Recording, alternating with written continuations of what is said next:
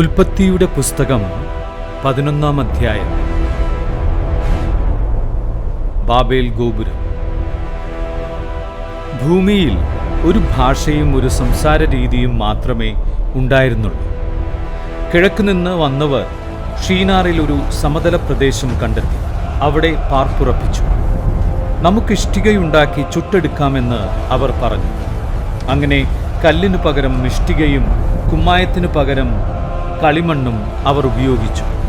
അവർ പരസ്പരം പറഞ്ഞു, നമുക്കൊരു പട്ടണവും ആകാശം മുട്ടുന്ന ഒരു ഗോപുരവും തീർത്ത് പ്രശസ്തി നിലനിർത്താം.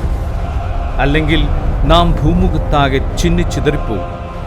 മനുഷ്യർ നിർമ്മിച്ച നഗരവും ഗോപുരവും കാണാൻ കർത്താവ് ഇറങ്ങി വന്നു. അവിടുന്ന് പറഞ്ഞു, അവരിപ്പോൾ ഒരു ജനതയാണ്. അവർക്കൊരു ഭാഷയും അവർ ചെയ്യാനിരിക്കുന്നതിൻ്റെ തുടക്കമേ ആയിട്ടുള്ളൂ. ചെയ്യാൻ ഒരുമ്പെടുക്കുന്നതൊന്നും അവർക്കിനി അസാധ്യമായിരിക്കില്ല. നമുക്കിറങ്ങിച്ചെന്ന് അവരുടെ ഭാഷ പരസ്പരം ഗ്രഹിക്കാനാവാത്ത വിധം ഭിന്നിപ്പിക്കാം. അങ്ങനെ കർത്താവ് അവരെ ഭൂമുഖത്തെല്ലാം ചിതറിച്ചു. അവർ പട്ടണം പണി ഉപേക്ഷിച്ചു. അതുകൊണ്ടാണ് ആ സ്ഥലത്തിന് ബാബേൽ എന്നു പേരുണ്ടായത്. അവിടെ വെച്ചാണ് കർത്താവ് ഭൂമിയിലെ ഭാഷ ഭിന്നിപ്പിച്ചതും അവരെ നാടാകെ ചിതറിച്ചതും. ഷേം മുതൽ അബ്രാം വരെ. ഷേമിൻ്റെ വംശാവലി. ഷേമിന് 100 വയസ്സായപ്പോൾ അർപ്പക്ഷാദ് ജനിച്ചു. ജലപ്രളയം കഴിഞ്ഞ് 2-ാം വർഷമായിരുന്നു അത്. അർപ്പക്ഷാദിൻ്റെ ജനനത്തിനു ശേഷം ഷേം 500 വർഷം ജീവിച്ചു.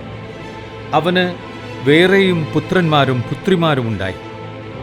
35 വയസ്സായപ്പോൾ അർപ്പക്ഷാദിന് ഷേലാഹ് ജനിച്ചു. ഷേലാഹിൻ്റെ ജനനത്തിനു ശേഷം അർപ്പക്ഷാദ് 403 വർഷം ജീവിച്ചു. അവന് വേറെയും പുത്രന്മാരും പുത്രിമാരുമുണ്ടായി. 30 വയസ്സായപ്പോൾ ഷേലാഹിന് ഏബർ ജനിച്ചു. ഏബർ ജനിച്ചതിനു ശേഷം 403 വർഷം ഷേലാഹ് ജീവിച്ചു. അവന് വേറെയും പുത്രന്മാരും പുത്രിമാരുമുണ്ടായി. 34 വയസ്സായപ്പോൾ ഏബറിന് പേലഗ് ജനിച്ചു. പേലഗിൻ്റെ ജനനത്തിനു ശേഷം ഏബർ 430 വർഷം ജീവിച്ചു.